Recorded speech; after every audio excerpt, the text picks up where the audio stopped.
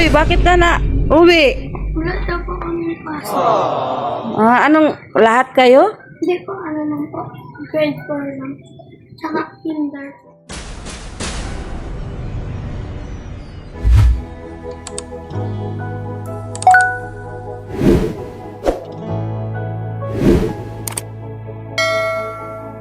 Guys, ulan na naman. Grabe, lagi talaga ulan. Ayan po. Yan, gandang umaga po. Oras na naman ang pasok ni Darlene. Kasi nandito tayo ngayon sa Taisan. Yan, tinimplahan natin ng kape si Darlene para kape at tinapay lang yan siya. Hindi man nagkakanin ito sa umaga. Dapat, Darlene, pag pumasok ka, hindi ka nagkakanin? Dapat sa umaga, kung ikayo lang dito, mag-ano ka talaga ng mainit tubig. Sisikmurain ka niyan pagka hindi ka nag-ano ng mainit. Pagkaligo mo, mag-ano ka ng mainit.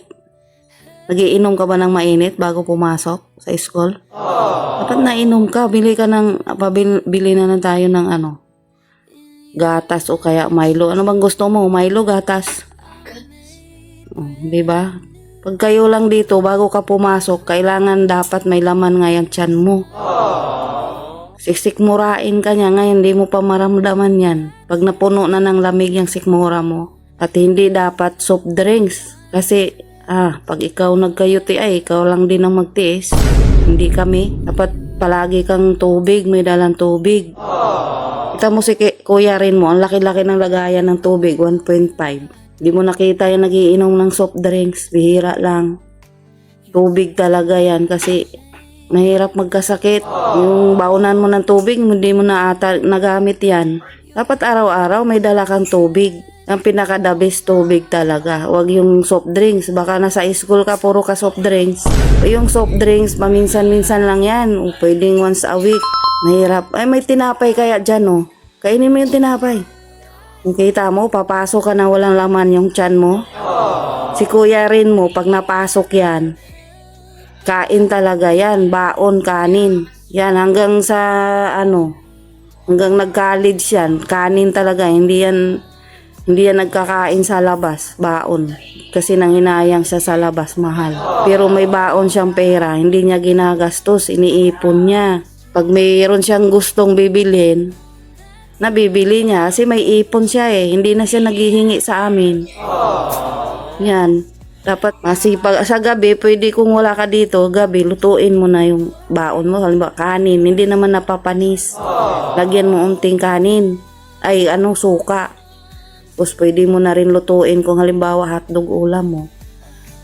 Para kinabukasan, kung may baon ka ni Dok, ipunin mo. Di mo mamalayan yan, dumami na yan, makakabili ka na anong gusto mo. Ganon ang ginagawa ni kuya rin. Magbaon ka, tapos kung may baon kang pera ni Dok, tago mo, ipunin mo, di mo mamalayan. Ang laki na ng pera mo. Dapat kailangan maging din tayo, wise, marunong tayo. Hindi puro tayo bili, porket may pera. Matuto tayong ipon, dapat may alkansya ka. Kung may mga pera-pera ka dyan, ilagay mo sa alkansya. Tapos buksan, ganun kaya ginagawa ni Ken. Yung pera ni Ken, nasa Cebuana. Yung nakabili na ng baka sa probinsya. Kasi tulad ng pamasko niya. Tapos may nagbibigay sa kanyang pera, hindi niya ginagastos, nasa alkansya. Tulad ng uwi si Doc doon sa Manila. O may binibigyan sila, halimbawa 1,000. Inuhulog ni Ken agad yun sa alkansya. Tapos nung binuksan niya, nilagay niya sa Cebuana. Tapos binili ni mama niya ng baka. Si Ken may baon, hindi ginagastos. Baon talaga siya, kanin, ulam. Ang ginagawa kasi ng mami niya, pinapadala ng pera. Si Ken kasi naawa daw sa baka sa mainggit sa ibang mga classmate. Pero hindi ginastos ni Ken. Andyan lang yung pera, inuhulog sa alkansya. Ganon yan si kuya rin mo. Dati, sabi niyang gusto niyang bumili ng cellphone, hindi yan naghihingi sa amin. Kasi, nag-iipon siya kasi mayroon siyang gustong bilhin. Gusto niyang bumili ng gitara. Nung marami na siyang pera, pwede nang ibili ng gitara. Nabili niya kasi may ipon. Dapat ganon, maging ka din. Matuto ka rin sa buhay. Masinop baga, masinop. Tapos yan si kuya rin mo, kahit may trabaho na yan, Hindi yan nagkakain sa labas. Baon talaga yan. Kasi daw sayang ang pera, mahal sa labas. Tama naman. Kahit nag-college na yan, baon talaga yan siya. Kasi pag minsan wala siyang baon, nangihinayang siya. Ang mahal daw ang pagkain sa labas. Kaya dapat ganun ka. Ha? Sa gabi, ready mo na yung pagkain mo. Si si Kulasa, nandoon na sa kusina, kumakain na. Ang aga niyang Pinaraduhan mo? ewan ko, hindi ko sinaraduhan, pero nagkain na. Hindi man makalapit tong dalawa kasi man niya. Andun yung isa, Ay, wala na, andito na, bumalik na, Ayun, tingnan mo, kalat niya doon, Pero bumalik na siya. Ayun, Hindi na yung ngipin niya. Yan, kumain na yan. Ang agang kumain ni Kulasa, Yung isa, andyan na yung mga pagkain nila, Yan, Yan, ang aga ni Doc nagising. Maghatid kay Darlene. Kasi tayo. Hatid si Darlene. Maulan pa rin dito. Ay, hindi man nagsawa ang ulan dito. Kaya ang hirap dito maglaba. Lalo na kung wala kang sampayan. Grabe. Kaya uso dito ang laundry. Yung mga taong walang sampayan, ang talaga dito laundry. Katulad namin laundry, pero kung ako talaga gusto ko rin, ako lang kung mayroong dryer kasi wala kaming dryer. Si iba man yung laban natin. Kumain na pa rin si Kulasa. Kumain na yan, yung isdang tilapia. Ayan na si Darlene, papasok na si Darlene. Uwi ka mamaya. Magluto na lang ako. Maya na siguro akong Uy, yan niya. pasundo na lang ni rin. Sabi ko mag-chat na lang siya. Kaso alam ba ni rin doon, mamotor naman. Hindi, umuulan eh. Mag-uwi na lang daw siya. Uy, hindi na babalik. Bakit hindi? Kakain lang. Magluluto ako. Magsabaw ako ng isda. Matchat ka na lang kung mauwi ka. Pero kung mag-ulan, huwag ka na lang siguro. Kasi mahirap mag-ulan, magkasakit ka pa. Wala na isarado. Kayo yung huling natulog. Dapat palaging nakasara. Ayan na siyang magtatay. Papasok na si Darlene. Pasok na si Darlene. Hatid na.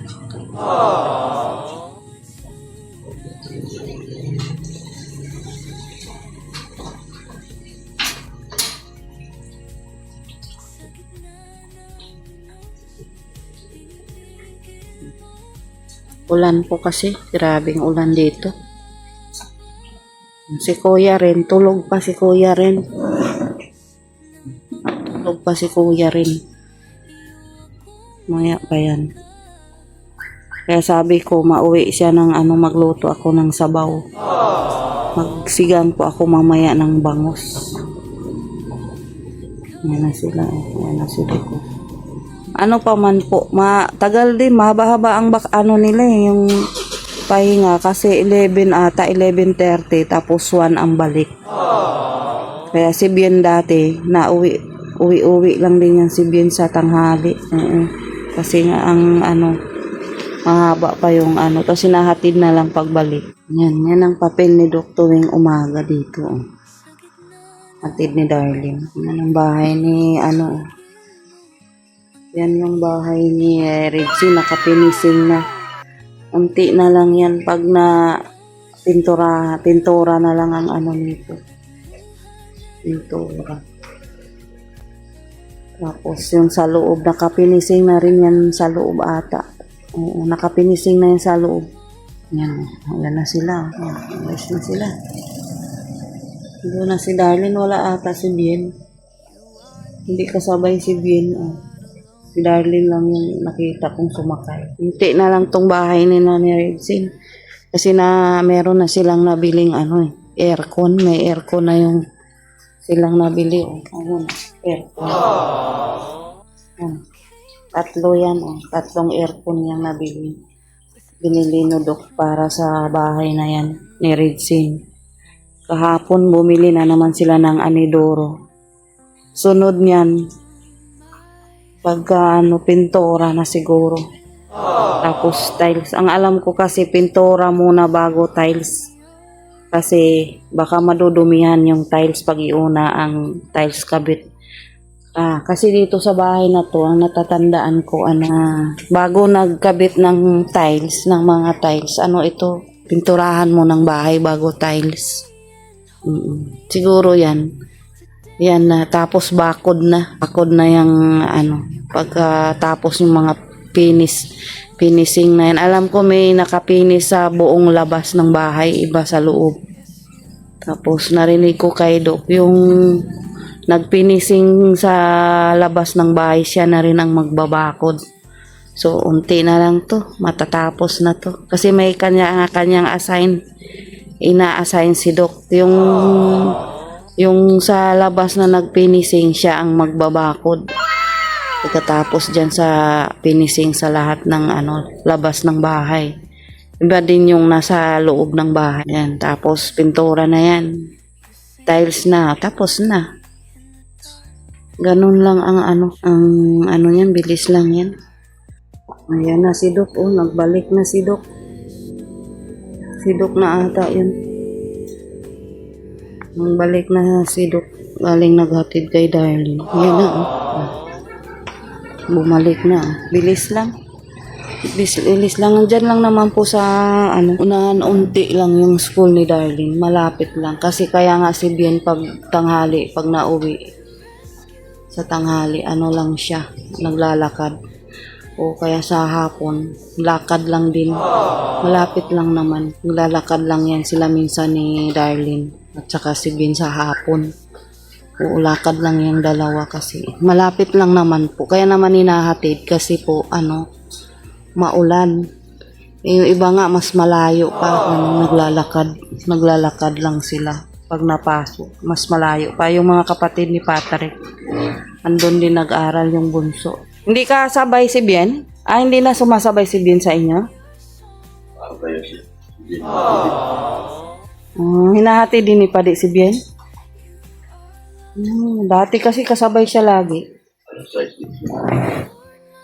Alas 6. Tapos sige. Hindi pareho yung schedule nila. Siya alas 6. Alas 6.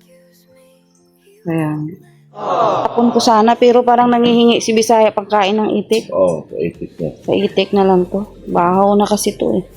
Magsaing na lang ng panibago. Bigay na lang ka Bisaya yan. Plastic na yan. Plastic na lang natin to. Dapat mapunta kanto. Kaso baka wala pang gulay ngayon. Kanto. Tanghali na pala yan dyan magtinda. Panghalo sa isda. Sigang tayo ng bangus mamaya guys. Para may sabaw. Pero lagi namang may sabaw kasi may sinigang nga kami kahapong baboy. Uy, bakit ka na uwi? Wala daw po kami pasok. Anong lahat kayo? Hindi po, lang po. Grade 4 lang. Tsaka kinder po. Ang may pasok? Hindi po, kami na walang pasok. Okay. Pero yung iba may pasok. Sila Bien meron? Hindi po yung nagpasok. Hindi napasok si Bien? Hindi po nagpasok. Bakit? Kala po yung nagpasok. Hindi na nagpapasok? Hindi po nagpasok. Hindi nagpasok ngayon. Opo. Okay. Baka mamaya yun. Late lang siguro. Okay. Sige na, magbihis ka na at wala ka palang pasok. Wala daw sila pasok guys. Pero, andyan na yung teacher mo. Ngayon lang, wala. Sige na, magbihis ka na. Dapat naantay ka ni Doc kung nalaman lang na mabihis ka na. Wala pala silang pasok Nag-uwi lang po si Darlene, walang pasok pala sila. Baka may lang yung teacher nyo, seminar or Ayan na si Darlene Magbihis ka na para magamit mo ulit yung mo. Yan, bihis na siya. Okay. Wala po kami pasok. Wala na naman pasok? Hindi po, lang po. For kinder. Wala daw pasok ang grade 4 at saka kinder, pero yung iba mayroon. Baka may importanteng lakad si teacher. Wala rin absent Baka may seminar ba? Baga. Uwi na siya. Kasi na po. Siyempre mo, maglakad uwi. Ako lang po. Naglalakad lang siya. Ang bilis niyang lumakad. Sa bagay, malapit lang naman talaga yan. Sa atin nga, ang layo-layo ng school natin. Nilalakad lang. Tapos teacher? Wala. Wala teacher? Nung kahapon pa, nakaraang linggo, di ba? Oo nga. Buong linggo rin walang pasok yan. Tapos Christmas vacation. Parang nagtuloy-tuloy na Christmas vacation hanggang New Year. Tapos hanggang ngayon na. Bakit ang tagal naman ng bakasyon. Ay nako. Tatama rin yung mga estudyante pa ganyan. Tatama rin na mag-aaral. Yan. Umuwi si Darlene. Kasi walang teacher. So tayo naman ay magsasaing na tayo. Yan no, nagsaing na po ako kasi saing natin. Saing na tayo.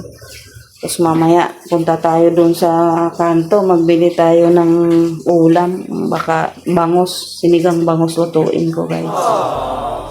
Kasi kahapon sinigang. May sinigang pa nga kami. Yan. May sinigang pa kami. Baboy po kasi dapat isda na. Isda na lang. Isda gulay lang po. Yan. May si Darlene, mahilig din siya sa sabaw. Mahilig yung bata sa sabaw.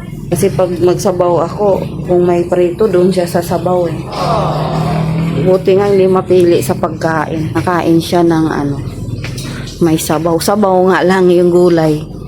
Hindi siya masyado sa gulay. Sabaw yan. Pero hindi siya mapili kahit anong ulam pwede. Pwede man siya. Yan na gising na yung boss ko. Ayan na, gising na yung aking amo ay. Gising na kakape na daw siya. Kape na yung boss ko. Kain tayo guys, palagsing. Hindi niya palagsing. Ano yan? Ano ba to? Yung malagkit daw yan eh. Pero dapat may, yung si Marvin yan, nilalagyan ng asukal. Parang Yata. maha. Ay, may palaman siguro yan sa loob. Hindi ko alam eh. Parang maha. Nag-try lang ako. May laman sa loob. Wala. Parang Matamis? Hindi kanin eh. Matamis ba? Hmm. Ngayon lang kasi ako, nag-try lang ako ng dalawa. Pero meron pa yan doon. Masarap. Buko. May buko. Masarap. Minsan kasi nabili ako ng ganyan, yung malagkit. Yung malagkit na bigas. Kala ko siya ganyan. Yan, no? Nag-almusal na yung amo ko, guys. Yan. Nagluto na rin tayo ng ulam pang tanghalian. Nagsigang ako, guys, ng bangus. Sinigang na bangos na naman kami ngayon kasi puro karne po kasi. Ayan na po yung bangus, oh. Ayan, oh. Yan ang bangus lulutuin natin. Sigang ako ng bangus, guys. Inuna ko po, guys, yung yung mga gulay kasi madali lang baga. Ayan po, oh, nagkulo-kulo na. Inuna ko yung gulay bago yung isda. Kasi baka ma-overcook naman baka madurog pala yung isda. Kaya yan. Yan, pagkagising ng ating mga amo natin, may pagkain na. Naghatid si Do kanina. Ayan si Marcolita pala. Ay si Kulasa. Nagre-recover na po siya. Nagkakain-kain na po. Akala ko nga ayaw kumain. Yung galing sa doktor, ayaw kumain. Hirapan din sila magpainom ng gamot ni Doc.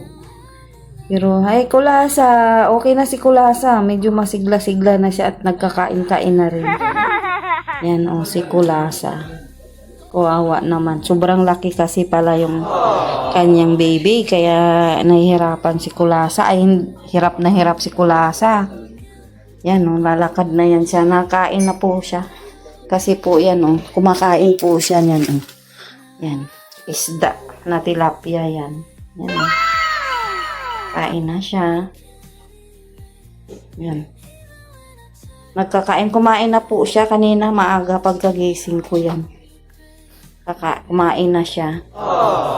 Tapos naman, yung ating Marshall, ito yung sa kanya, Ini-strainer ko pa po yung dog food mamaya. Strainer ko pa to.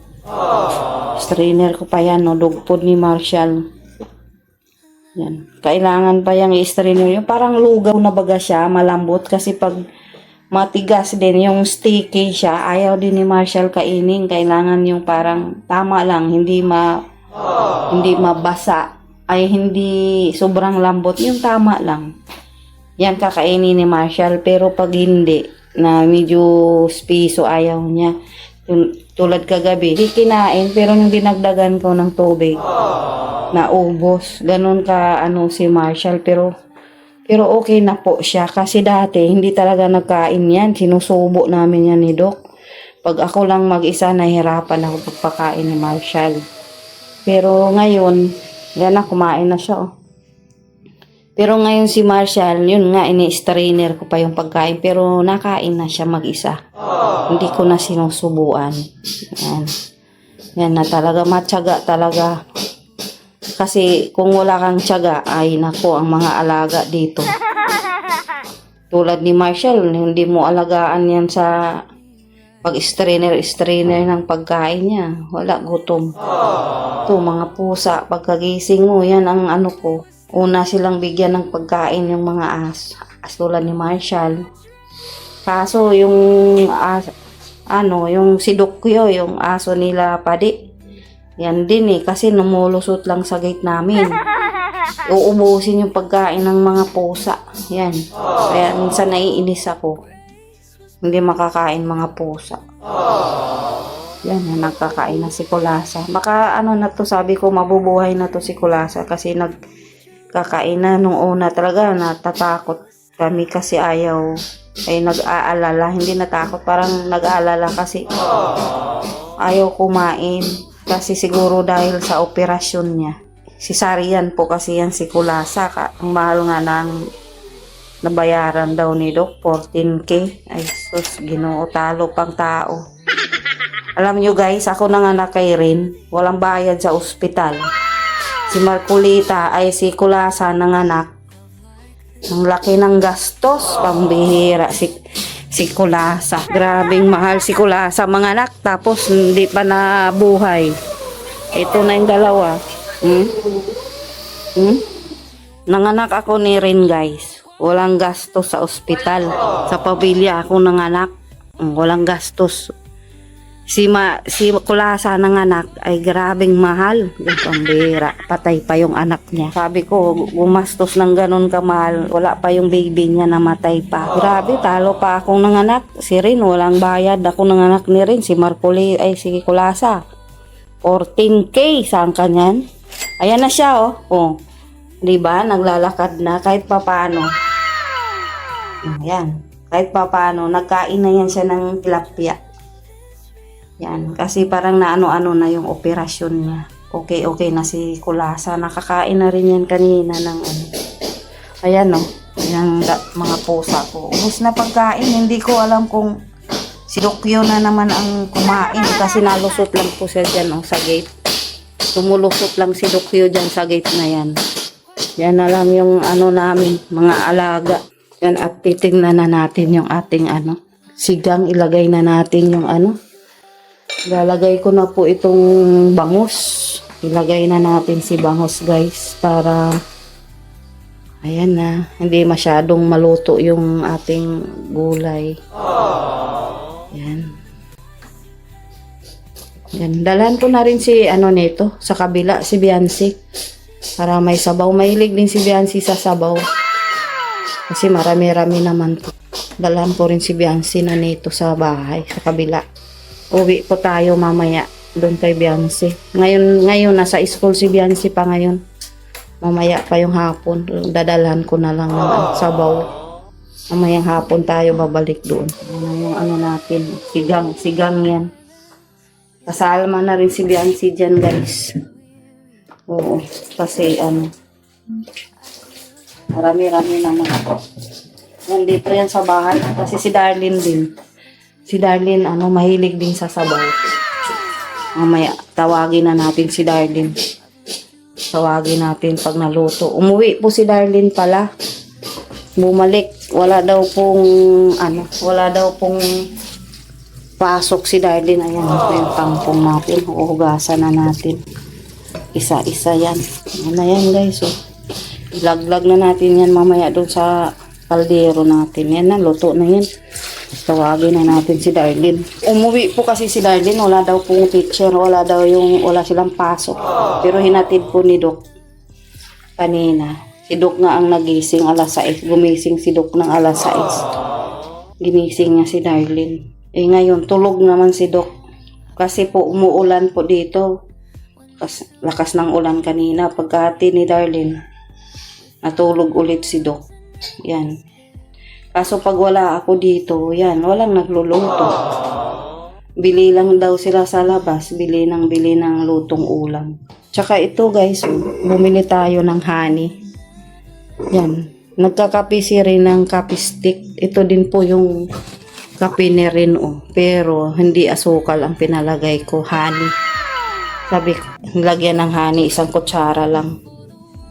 Yan ang pinagtitimpla ko sa ano. Na guys, ayan na yung sinigang natin na ano. Luto na guys. Andito na po lahat yung gulay. Nasa ilalim na po. Yan po. Yan gulay. Yan, luto na guys. O, diba? Gisingin, ay, tawagin na natin sila Darlene. At saka si Dr. Love.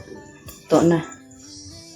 Ang ating gulay, ay ating ulam ngayon, sinigang na bangus. Pero, magdala na rin po ako niyan sa ano, kabilang bahay para kay Beyonce. Hindi na ako magluto mamaya doon. Ngayon guys, ayan na po yung pagkain ni Marshall. Oh.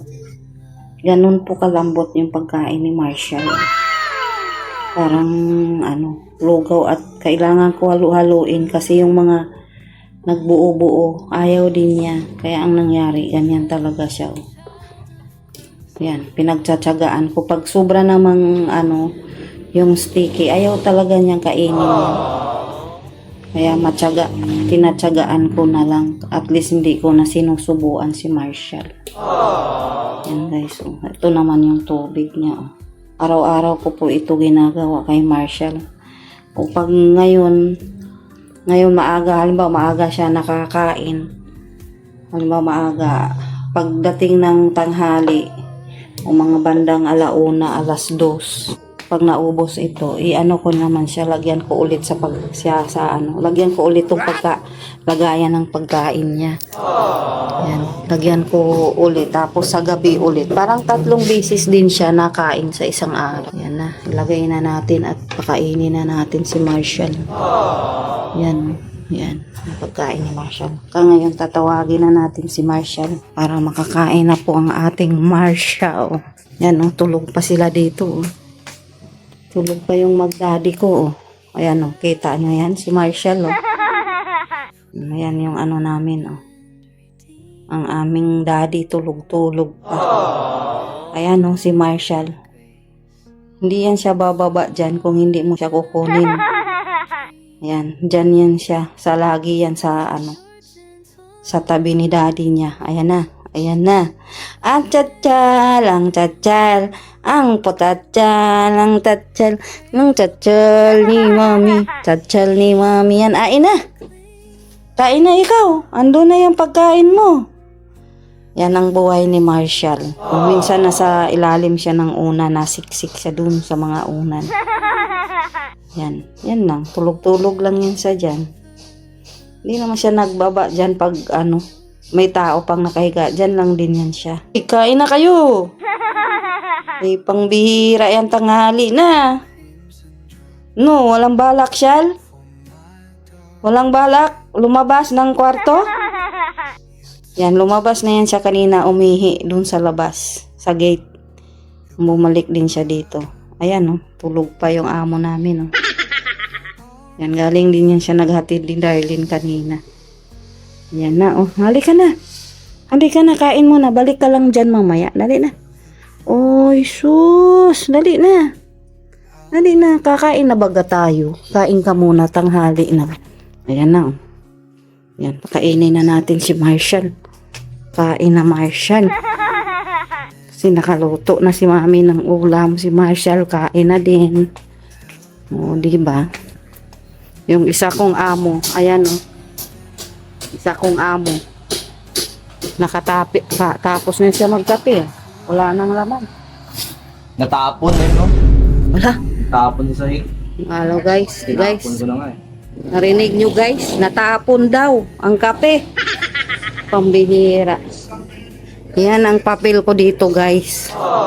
nag-aasikaso ng pagkain. Pagkain ng pusa, pagkain ng aso. Yan, si Marshall, pagkain ng Marshall. Ayan na si Marshall, kain na siya. Sige na, kay mamaya ilabas na naman kita dyan pag naubos yan. Ayan na, oh. Kakain na yan si Marshall. Kain na, kain na. Yan. Mamaya pag balikan mo yan siya, ubos na, 'di ba? Yan ang papel ko dito, taga asikaso ng pagkain ng mga alaga ko.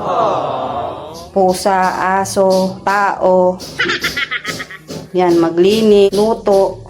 Yan, papel natin dito. Linis, luto, laba. Mamaya, wala na yan. Ubos na niya yan. Tapos, pag maaga yan siyang makaubos, anuin ko na naman, dagdagan ko ulit. Tapos mamayang gabi. Ay, hindi ka makakalabas dyan. Hindi ka pwedeng lumabas dyan pag hindi naubos yan. Siyan. Hindi ka makakalabas dyan.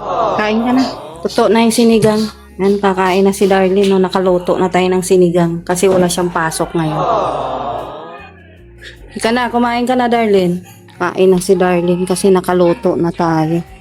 Ay, Marcolita. Yung mga alaga namin, lahat tulog. Ayan, no, tulog. Si Kulasa, tulog din. Yan, no, kumain na yan. Tulog ang aking mga alaga. Si Marshall, oh, nakasilip sa akin. Hindi ko alam si Kiko kung nasaan. Ano, ubos na?